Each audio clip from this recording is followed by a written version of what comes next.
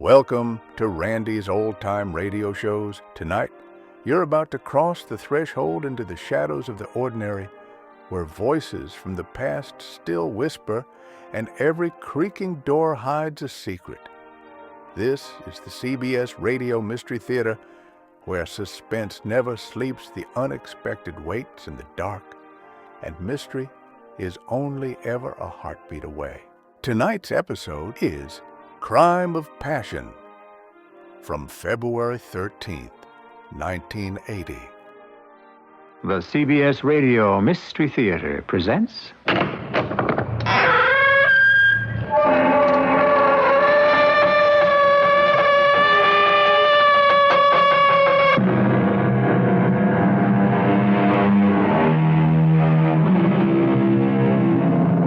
Come in. Welcome.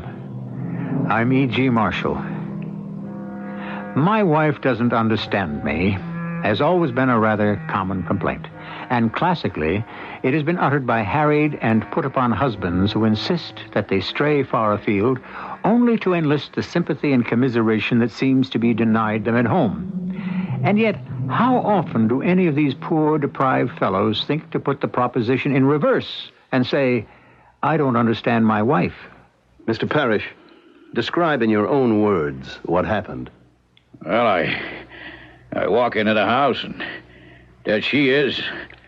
There he is, both of them, half-dressed. I reached for the gun. I wanted to kill him.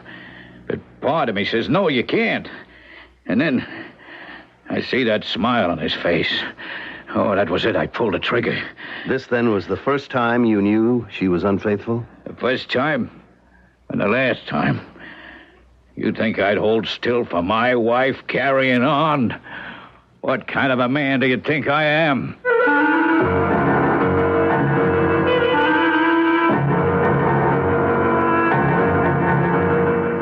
Our mystery drama, Crime of Passion, was written especially for the Mystery Theater by Sam Dan and stars Mandel Kramer. I'll be back shortly with Act One.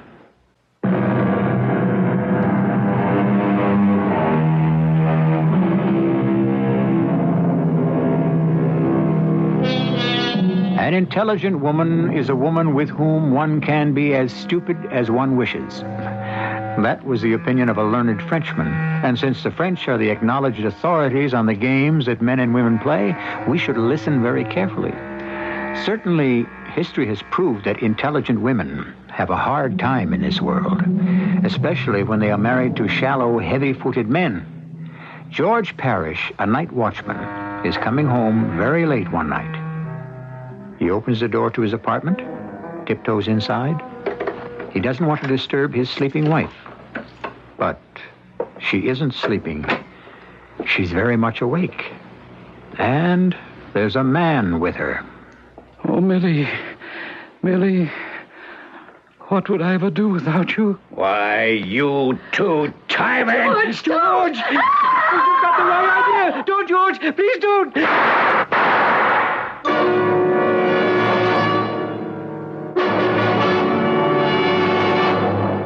Good morning, Phil. Am I upsetting your schedule? You're destroying it, Tom. Well, being a law firm's top client does give a man privileges. Go ahead. The clock is running. I have a case I want you to handle for me. The man's name is Parrish, George Parrish. He came home last night and found his wife with another man, and he shot her dead. I want you to defend him. Why me? Well, before you decided to get rich, you were the best criminal lawyer in the country. Who is Parrish? He's one of my employees. You know my motto, if you work for Cartwright Industries, be ever so high or ever so humble, you're my guy, and I stand behind you all the way. And this is how you intend to stand behind Parrish? Well, I'm a man of my word. Why not? It's worth a fortune to you in labor relations, not to mention general publicity. You're an old fraud. Yeah, sure. But when you've been a fraud for as long as I have, you really become quite sincere about it. Besides, I feel I owe him something. What? I feel guilty about it. Why? I want you to get on this thing for me, Phil. Tom, you know how busy we are right now. I can recommend a top guy. Phil, I want you. A murder case. Just what I needed.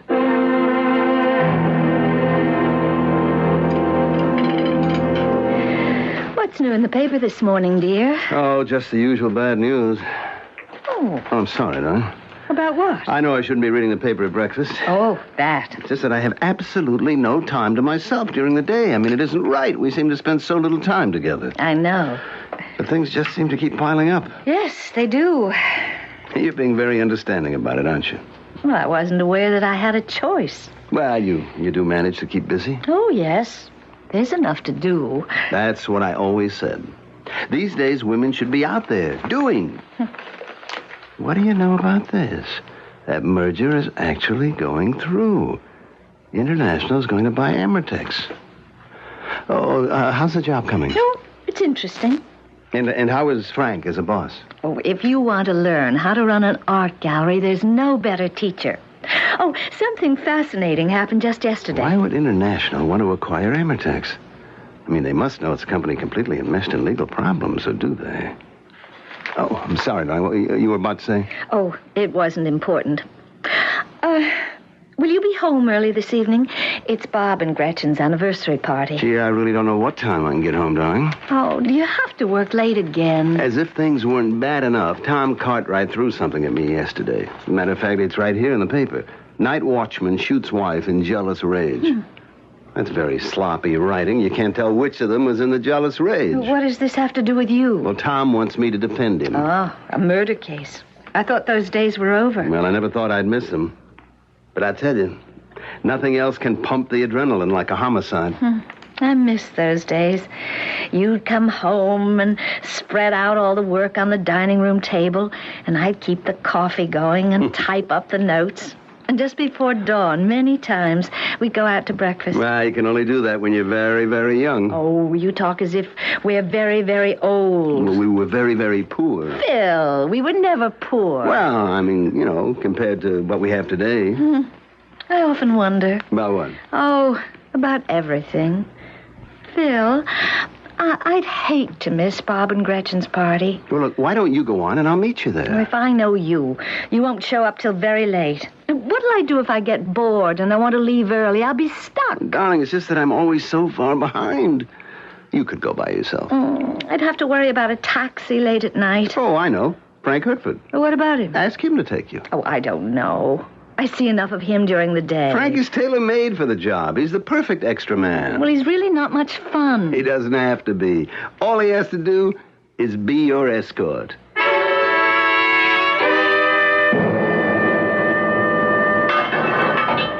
Thank you, guard. Parrish? I'm Philip Wilcox. I'm your attorney. Parrish? She's dead. Yes, we know she's dead. I killed her. Yes, I have your confession. Yeah, I confessed. I want to read it to you. I don't want to hear it. You say, I came home early and I caught her with James Axford. Don't want to listen They to were it. both half-dressed. I knew they'd been together. I got so mad. Don't read anymore. I pulled the gun out of the holster. I was going to kill them both. I fired at her first, then I was going to shoot him too, but he fought with me. Then other people came into the room. I can't believe she's dead. Is this substantially the way it happened? Huh? Oh, yeah. If that's what I said, that's what happened. Did you mean to kill her? I got so mad I couldn't control myself. Next thing I know, the gun is in my hand. Well, you didn't exactly surprise them in what might be called a compromising situation, did you? What's he doing there that hour of the night wearing pajamas and a bathrobe? Who can you trust in this world? Nobody. Just one person. My buddy, Tom Cartwright. Well, he wasn't my buddy exactly. He was my battalion commander. He knew the name of every guy in the outfit. Now, Parrish. After the war, you lose track. And he was an officer. I didn't have an easy life. A lot of things went wrong. Now, look, here's what we have to establish. There I was, hitting 57, 58, and what's the best I could do?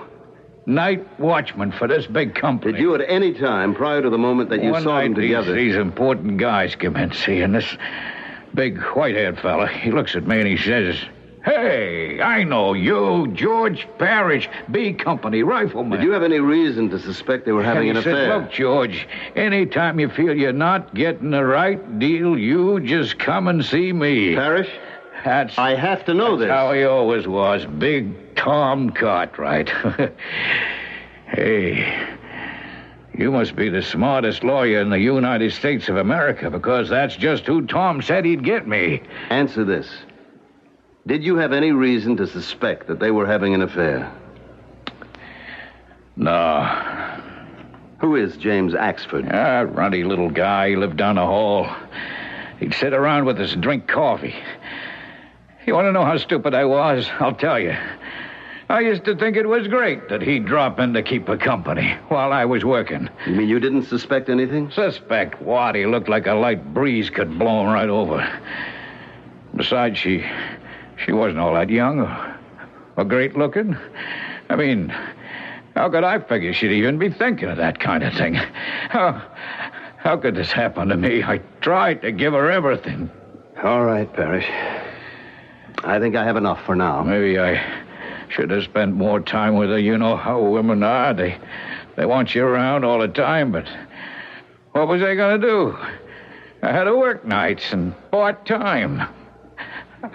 I couldn't help it. Why couldn't she understand that?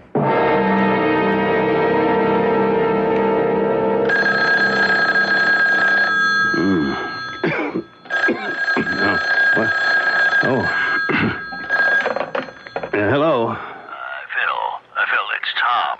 I know it's a bit late, but actually it's only past midnight. Oh, I guess I dozed off. Yeah, I've been trying to reach you all evening.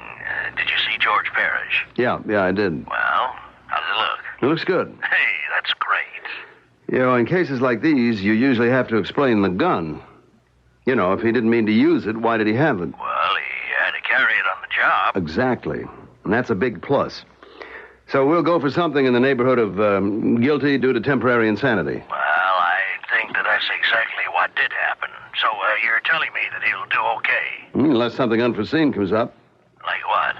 If I could tell you, it wouldn't be unforeseen, would it? I appreciate this, Phil. I want to help him. Oh, I'm sorry if I disturbed you. Good night. Yeah. Good night.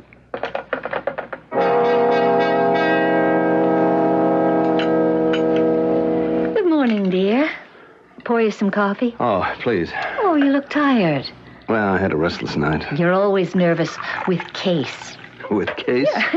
Like a woman is with child. Yeah, well, I'm with Case, all right. Oh, tough one? Well, it looks open and shut, but those are usually the ones that have a hidden booby trap somewhere. Something bothering you about it? Yes. What? Well, that's the trouble. I don't know what. You must have come home rather late last night. Mm-hmm. I guess we all lost track of the time. Oh? Oh, it was a marvelous party. Everyone hated to see it end. What time did it break up? Oh, it was before midnight. I was still up around midnight. I didn't hear you come in. You know what happened? Frank and I walked home. You walked home? That's right. All the way from Bob and Gretchen's? At that hour? Oh, that was very foolish. You're right. Why'd you do it? Darling, you're looking at this in the cold, clear light of the morning. But it was such a beautiful night. You have to admit that. I'm afraid I didn't notice. There was a kind of magic in the air. Magic? What kind of magic? Oh, you should know. You're the one who first told me about the magic in the night air. I did? Don't you remember? In the air of the night are all the gossamer dreams and fragile fancies. They wither and die in the glare of the burning, brilliant sun, but in the soft and kindly glow of the friendly moon. Huh. Oh, I often wonder. You know, you never told me. Did you read that somewhere, or did you actually write it? I don't even remember. I think you wrote it. You used to write a lot of poetry while you were going to law school. I remember you said that it was the only way that you could keep your sanity. I was just a kid. And one of the greatest lawyers in the world, Chief Justice Oliver Wendell Holmes, was a fine poet. Margaret, getting back to this foolishness. I mean, walking all that way in the dead of night. Well, you and I used to walk at night for hours. I remember. Yeah, but those were different times. Yes. I thought you said you found Frank Hertford rather dull. I never said that. Didn't you say he wasn't much fun? Oh, yes. But that's only during the day, at the gallery. He's all business there, which is good. But away from the gallery, he has an entirely different personality. Really? Yes. He's very lively and witty. There's a whole side to Frank Hertford that I've never been aware of.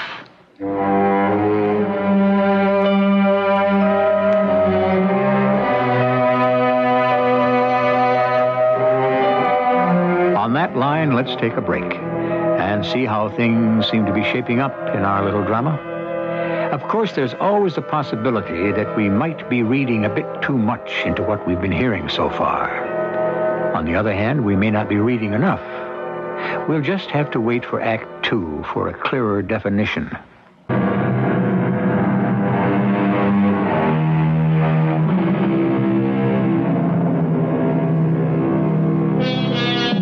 Would you happen to know offhand who it was that said nature abhors a vacuum?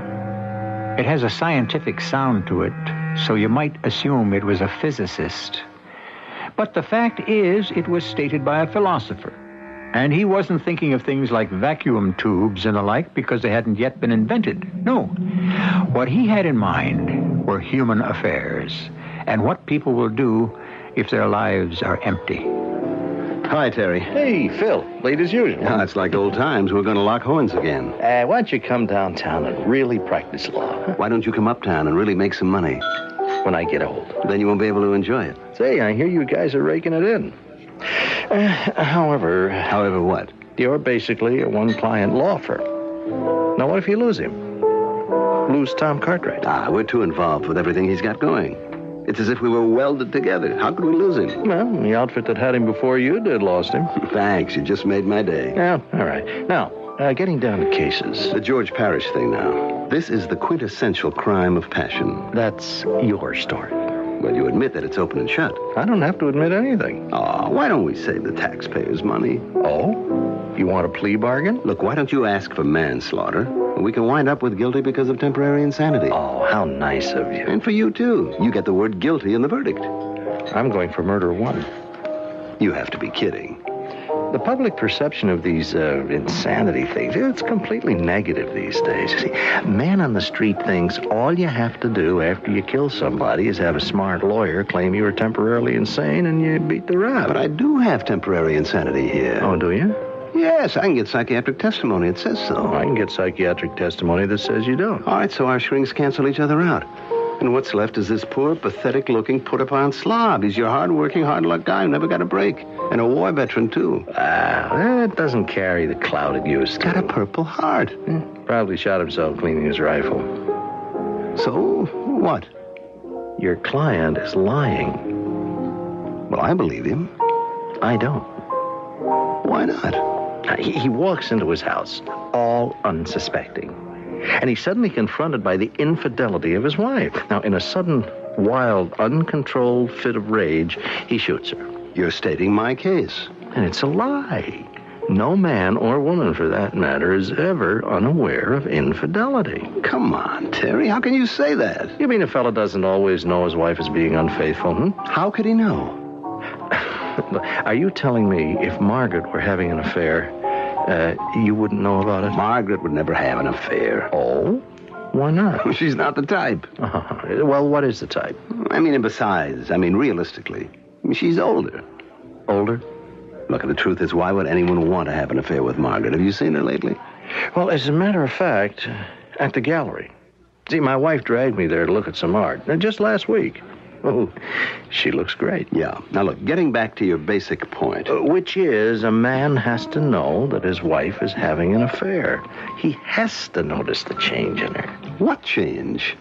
Well, she treats him better, or she treats him worse. She's either laughing or crying. She's light as a feather or heavy as a rock. See, but whatever she is different. And you claim a man can see that? Well, see it, hear it, feel it. Now, he knows it. But he may categorically reject that information. Why? Because if he faced up to it, he'd be forced to make a move. A move that might change the world he lives in. Maybe he simply can't handle it.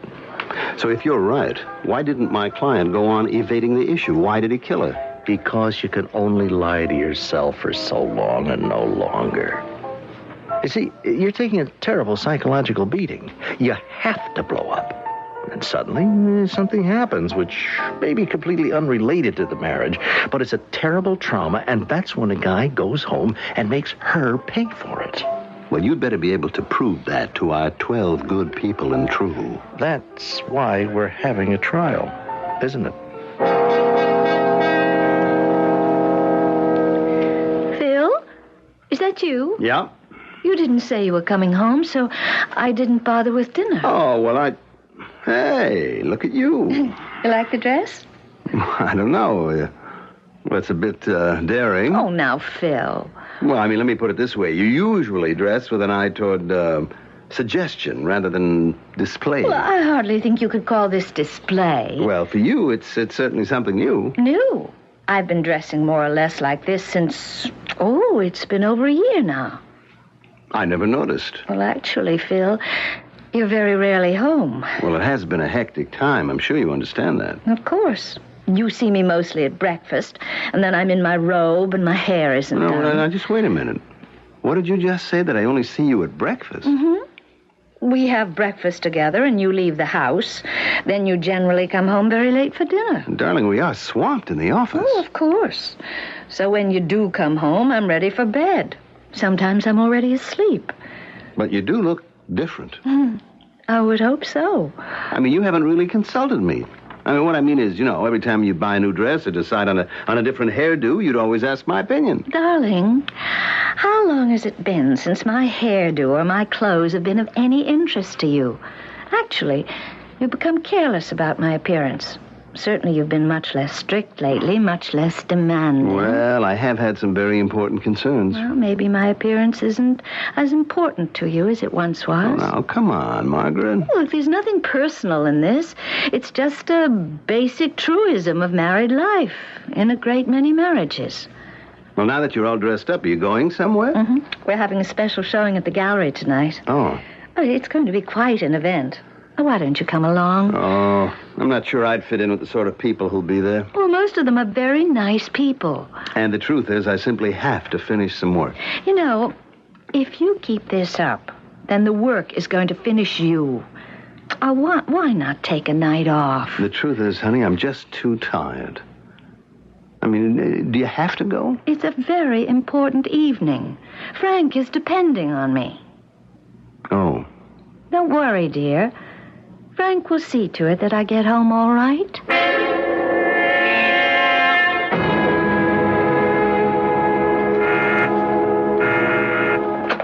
Yes.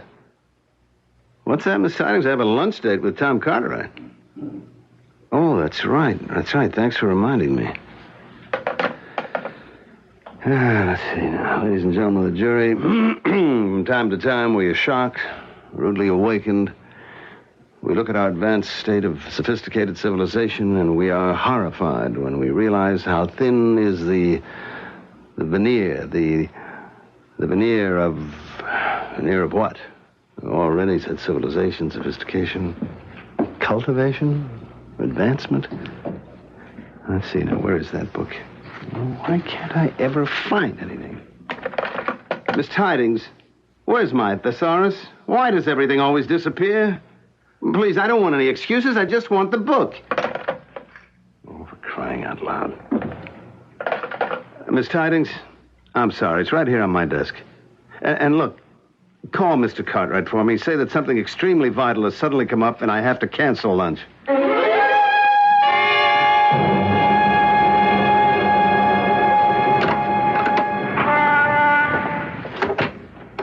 May I help you? Yes, I'm looking for Margaret Wilcox. Did you have an appointment with Mrs. Wilcox? Well, I don't usually make appointments with Mrs. Wilcox. I'm Mr. Wilcox. Oh, how do you do, sir? Was Mrs. Wilcox expecting you? Well, it's just that I happened to be in the neighborhood and thought I'd drop by and take her to lunch. Oh, well, they're not here at the gallery just now. They? Margaret and Frank Hertford.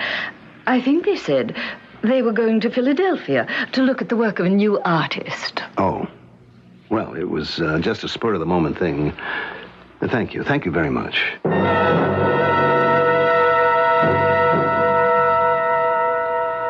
How are we doing, Counselor? Mr. Parrish, I have to ask you one question. You sure should. Did you have any idea that your wife had been unfaithful to you with this Axford fellow before you found them together that night? You already asked me that. Well, I'm asking again. Well, I told you before. I never knew. Is that possible? Is what possible? That a man wouldn't know? Sure, it's possible. Well, Parrish, in a thing like this, there are signs, unmistakable signs. Maybe, but what do you do if you're too dumb to read them? Too dumb, too trusting, maybe too happy. Now, listen, I'm your lawyer. You must tell me the truth. I'm telling you the truth. The worst thing you can do is lie to your lawyer. Why do you keep saying I'm lying? I'm not saying that you're lying. I'm only asking you not to do it. I'm building your whole case on the proposition that you didn't know what was happening. I'm telling you the truth. Now, just remember, if you're not, I can get blindsided, ambushed, and destroyed in that courtroom. All I stand to lose is the case. I'll go on to something else. But you won't. Look, do you think I'd have held still for it? I'm not that kind of a guy. When I found out about what she was doing, I put an end to it. Right then, right there. Did you ever argue with your wife? How can you be married and not argue with your wife? Loud, angry arguments that the neighbors could have overheard? No, never. I mean, I have to make sure that they can't spring a witness on us to testify that he heard the two of you having some serious shouting matches. Whoever says anything like that would be lying. All right, that's what I have to know. So, how does it look? If you're telling me the truth, you've got a chance.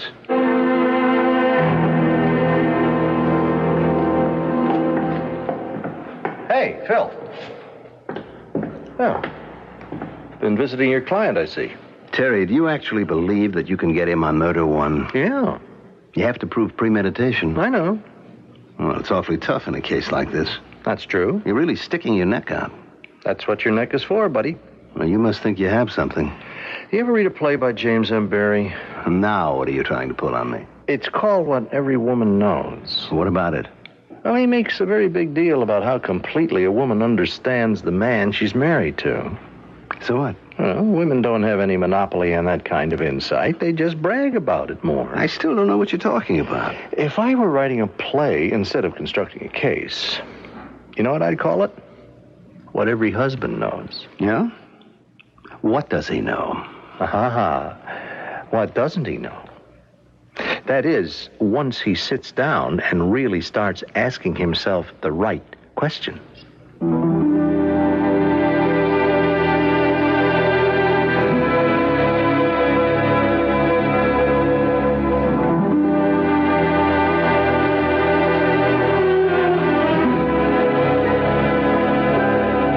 Well, what does a husband know? It does seem that many husbands these days know very little. Strangely enough, it would appear that there are those husbands who don't even know what their wives look like. So how can we hope for a deeper understanding? But is this true? Probably on a conscious level. But what's happening deep down there in the subconscious? That's where the action is. We have Act 3 for that purpose.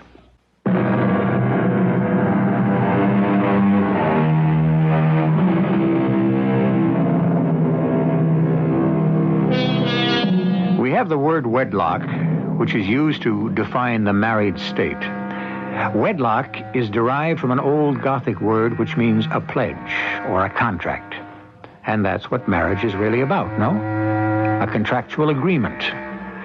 But there's always a basic dissatisfaction with contracts in general these days. One of the parties is always looking to get out of it somehow. Oh, Phil, you're home. Yes, these days seems I can get more done here. Oh, I'm so sorry. Had I known I'd have come back earlier. I just thought you'd be out till late at one of your meetings. What do you mean, one of my meetings? Well, you do have meetings. Well, I know, but you make it sound as if there's something disreputable about it. Darling, are we going to quarrel? You know, I stopped by the gallery today. I heard. To take you to lunch. Oh, that was sweet. But you weren't there. Well, Frank and I went to Philadelphia. There was this marvelous new artist on exhibit. You know, it's now 9 o'clock. The exhibition must have lasted till late. No, just till 5. Oh, but it's such a lovely drive this time of the year. We enjoyed the foliage. You remember how you and I used to go out to the country and see how the leaves were all turning color? And then, of course, Frank and I stopped off at this marvelous little country inn for dinner. Margaret, is that wise? Wise? I mean, people might... What is it, Phil? Oh, I just remembered I had Faraday look up a case for me, People versus Gibbs. I think there's an application there. I better call him right now.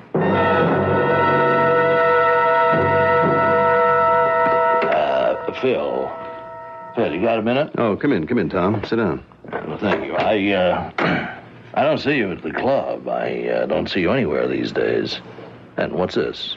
A sandwich at the desk? I'm in the middle of a murder case, remember? And you'll get him off, won't you? Well, a man doesn't get off in a situation like this. He still has to pay a price. Well, okay, a couple of years, maybe. That's the same as getting off, isn't it?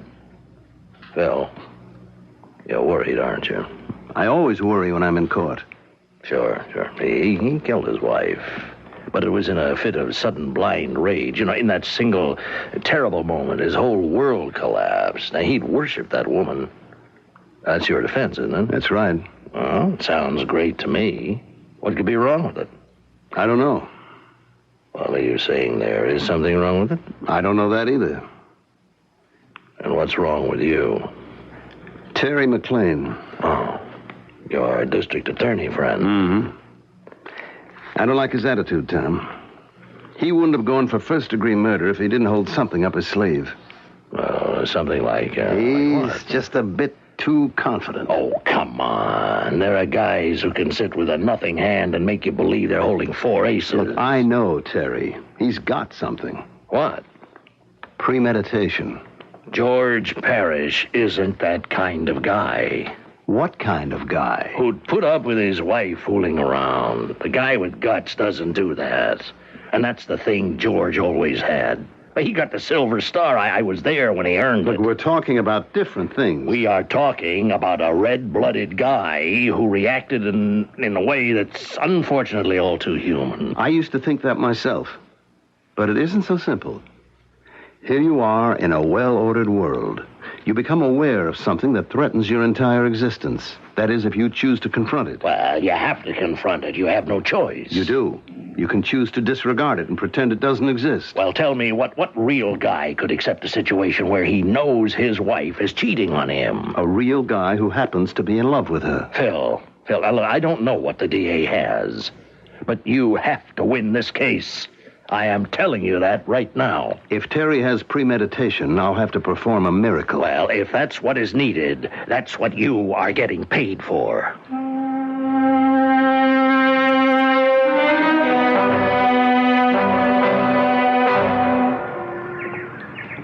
Do you mind if I sit down here?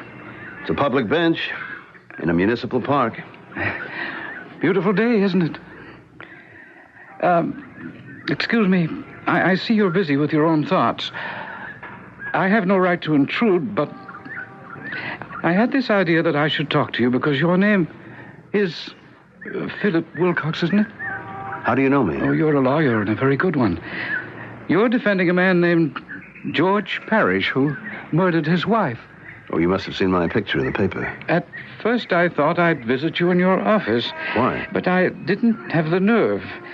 Then I noticed you would come down here and sit in the park for a few minutes each day at noontime. What's on your mind? I know something about the Parrish murder case that you're unaware of. Oh, yes? There was nothing between James Axford and Millicent Parrish. Oh, there was a great deal between them, but nothing carnal or fleshly or sexual. How do you know? Because of the type of man that James Axford happens to be. He was completely lacking in that type of orientation.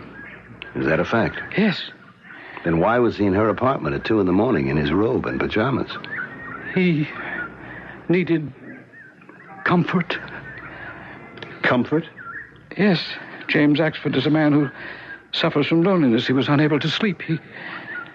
He was frightened. Of what? Of the world, of everything, of anything, of nothing. And so he went to her, and she spoke to him as she always did. Always? She was always ready with a comforting word, a cheering thought. She was so filled with life that she had so much to give. And the stupid, stolid, ignorant ox she was married to just didn't take any of it. He was never home, always trying to find a fortune. Didn't he know he had one in the house?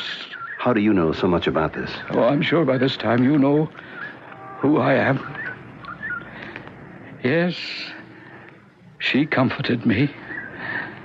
Toward the end, I had to comfort her. Why? She was worried about him. For what reason?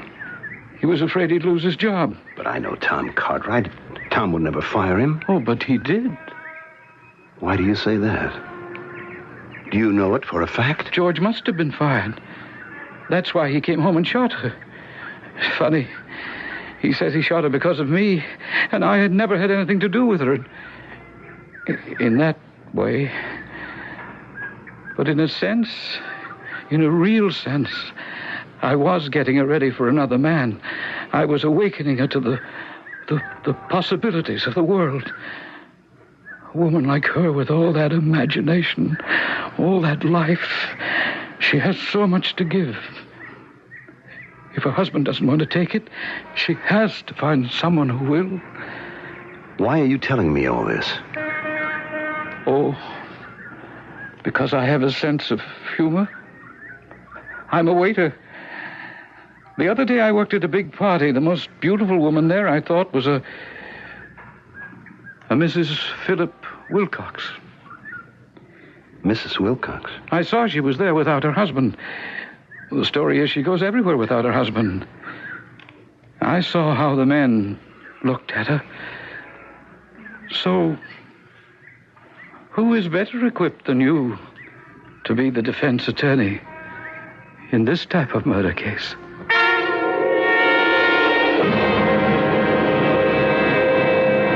Tom, I have to talk to you. Well, I can't now. I'm flying to Chicago. Sit down.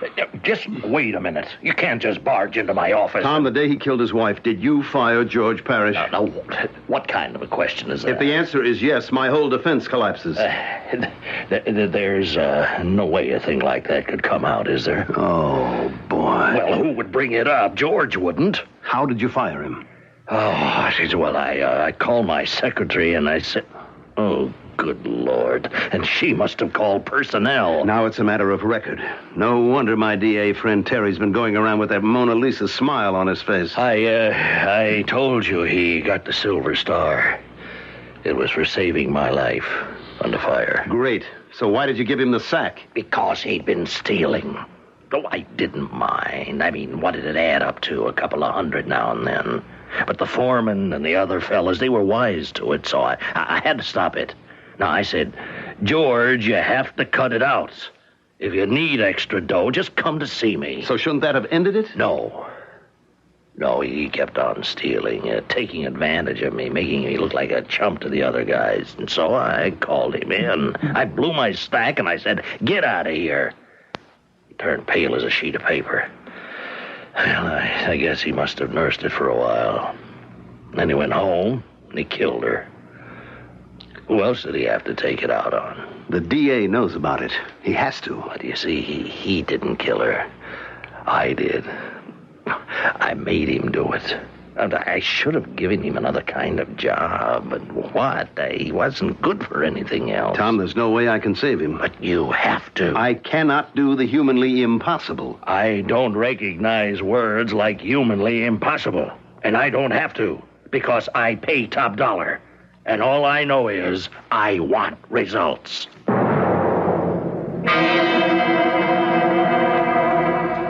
Why, I'm glad you're home. I thought I'd better be.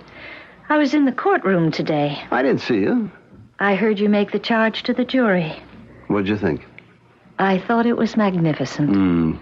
But it didn't help. I'm going to lose the case. That's too bad. What do I smell? Chili. Your special chili consolation dinner. Well, if it were a victory dinner, it would be filet mignon. How well you remember. Oh, it hasn't been all that long ago. That seems like another world, Margaret. You know, there was just no way I could save George Parrish. I'm sorry. I guess the jury will stay out all night just for the sake of form, but they'll come back and throw the book. Well, at least I saved myself. From what? From doing something later. Something? Something I wouldn't be able to control. Something I'd be forced to do. Tell me. No. Should we have secrets from each other? Yes. Certain secrets. There are certain things I don't want you to ask me, and there are certain things that I won't ask you about either. I'm not sure I know what you're talking about. Oh, I think you do. But we're going to end it, Margaret, because things will be different from now on. You know, I love the way you wear your hair. You're right, you know, I haven't been too aware of it. Tell me, when was the last time that we took a trip? I can't remember. Would you like to go somewhere this week? Can you get away? Certainly. Won't Tom, your important client, be needing you? Tom is going to fire me. Why? Because I will have lost the case. Well, how could he fire you for losing? Oh, he could, easily. Just like that? Yeah, well, it won't be just like that. It'll take a while. He'll start showing dissatisfaction with this, that, and the other thing. Before you know it, we'll be through. But losing the case for George Parrish would be where it all began. Well, what are you going to do? Well, for starters, I'd like to spend some more time with my wife. That is, if she's not going to be too busy. I think I can find time for you, darling. Phil. Yes? About Frank Hertford. I don't want to hear about Frank Hertford. But I feel I ought to. Darling, let's go inside and have dinner. No. Let me put the chili in the freezer. This is the kind of dinner that calls for filet mignon.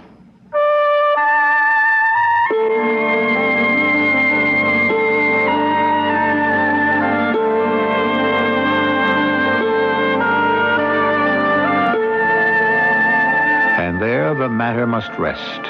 Mr. Phil Wilcox, an astute attorney and a capable judge of human nature, including his own, would agree wholeheartedly with the following dictum. If a man has a charming, attractive wife, and he pays no attention to her, he has only himself to blame if other men do. I'll be back shortly.